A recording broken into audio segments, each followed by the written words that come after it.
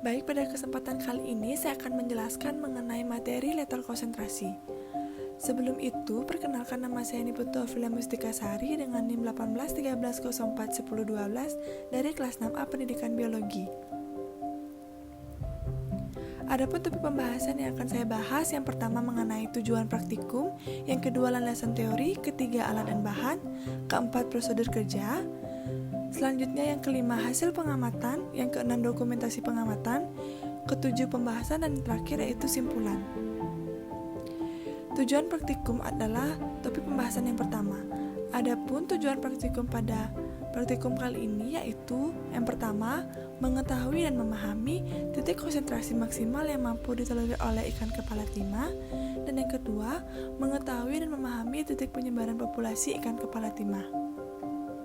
Selanjutnya topik pembahasan yang kedua yaitu mengenai landasan teori. Suatu organisme yang dapat bertahan hidup dan berreproduksi mencerminkan keseluruhan toleransinya terhadap seluruh kumpulan variabel lingkungan.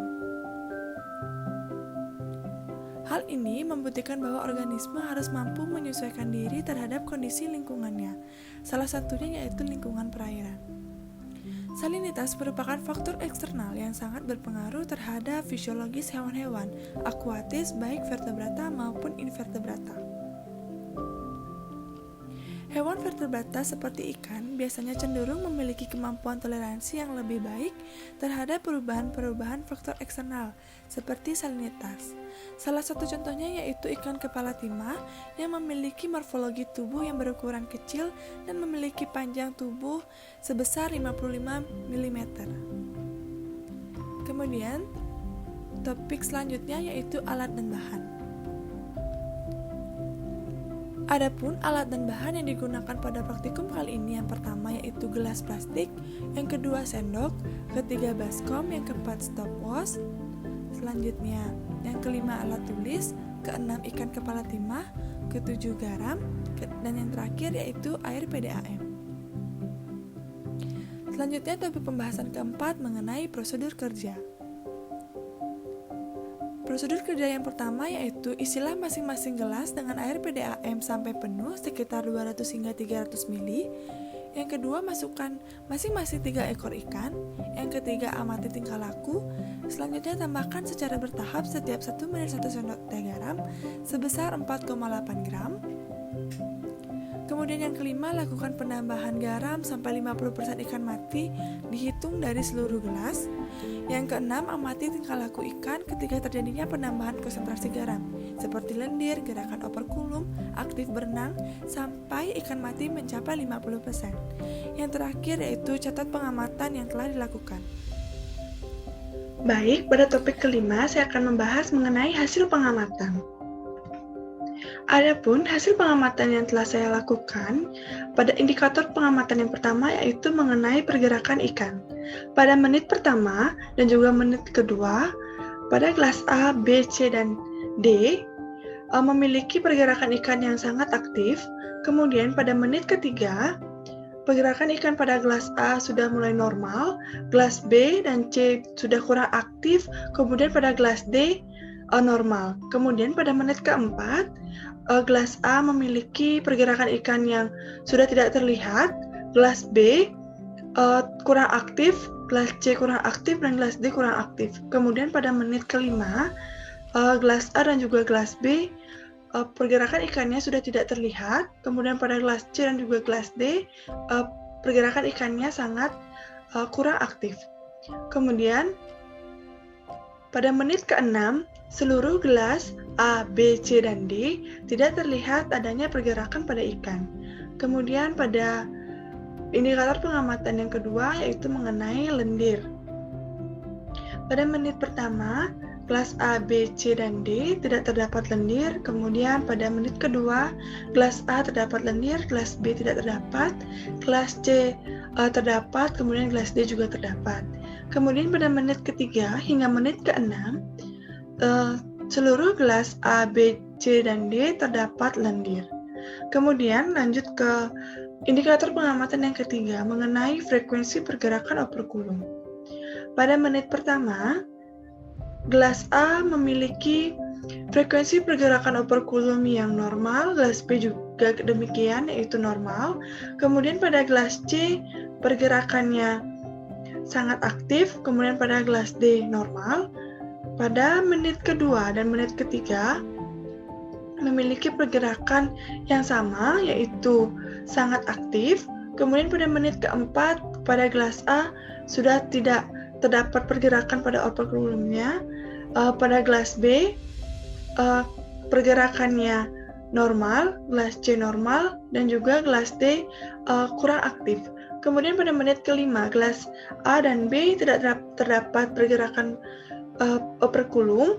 Pada gelas C dan juga gelas D kurang aktif. Kemudian pada menit ke-6, seluruh gelas tidak terdapat atau tidak terlihat pergerakan operkulumnya. Selanjutnya pada indikator pengamatan yang keempat, yaitu mengenai presentasi ikan. Pada menit pertama dan kedua masih hingga menit ketiga masih 0%, kemudian pada menit keempat 16,67%, kemudian pada menit kelima yaitu 50%. Selanjutnya pada yang kelima, yaitu mengenai terdapatnya darah pada ikan. Pada menit pertama, pada gelas A, B, C, dan D tidak terdapat darah. Kemudian pada menit kedua, gelas A terdapat, gelas B tidak terdapat, gelas C terdapat, gelas D tidak terdapat. Kemudian pada menit ketiga, gelas A, B, dan C terdapat darah. Kemudian pada gelas D tidak terdapat. Pada menit keempat hingga keenam, seluruh gelas A, B, C, dan D terdapat darah. Kemudian yang terakhir yaitu mengenai kekuruhan air pada praktikum yang telah dilakukan. Jadi kekuruhan air pada menit pertama masih agak keruh, kemudian menit kedua sudah mulai keruh, menit ketiga hingga keenam air sudah menunjukkan sangat keruh. Selanjutnya, topik yang keenam yaitu mengenai dokumentasi pengamatan.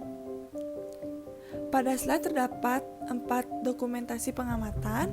Yang pertama yaitu mengenai keadaan awal, yang kedua 1 menit setelah penambahan garam, yang ketiga 2 menit, yang keempat 3 menit. Yang kelima 4 menit setelah penambahan garam, yang keenam 5 menit setelah penambahan garam, dan yang foto ketujuh merupakan keadaan akhir dari ikan kepala timah.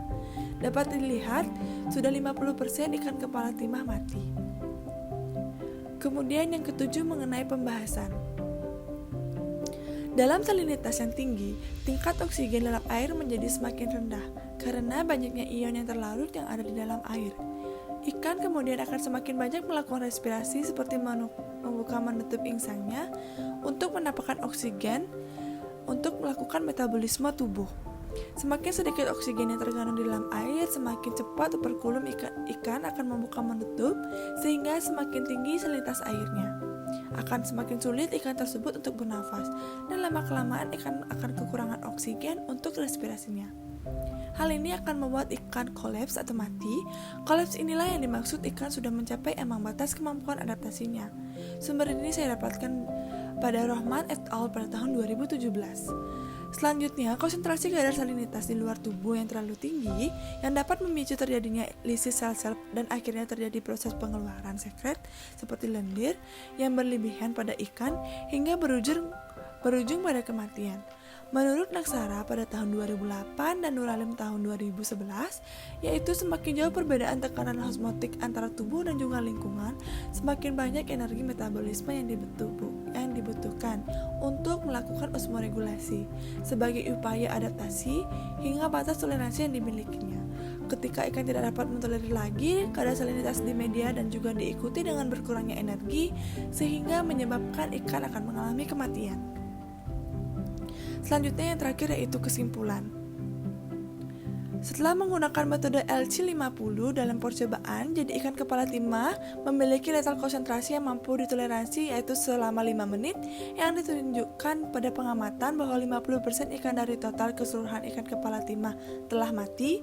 Yang kedua, perubahan fisiologis yang terjadi pada ikan kepala timah disebabkan adanya perbedaan salinitas dengan habitat aslinya. Dan yang ketiga, peningkatan kadar garam dalam air berpengaruh terhadap tingkah laku kecepatan gerakan operkulum, darah, dan juga ekresi lendir pada ikan kepala timah. Baik, sekian presentasi yang dapat saya sampaikan. Semoga dapat bermanfaat untuk kalian semua. Terima kasih.